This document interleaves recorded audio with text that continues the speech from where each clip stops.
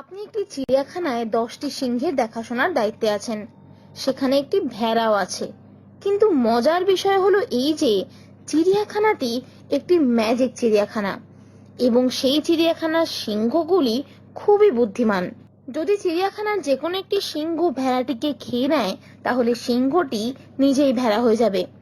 একটি ভেড়াকে খেতে একটি সিংহের 10 মিনিট সময় লাগে। আপনি যতক্ষণ চিড়িয়াখানার পর্যবেক্ষণে আছেন ততক্ষণ পর্যন্ত কোনো সিংহ ভেড়াকে খেতে পারবে না। কিন্তু আপনি একদিন আধ ঘন্টা অর্থাৎ 30 মিনিটের জন্য বাইরে গেলেন।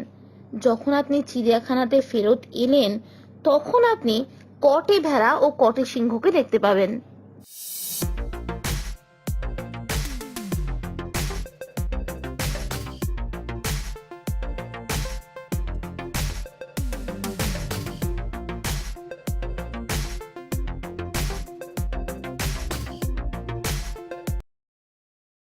চিড়িয়াখানাতে ফেরত এসে আপনি একটি ভেড়া ও 9টি সিংহকে দেখতে পাবেন।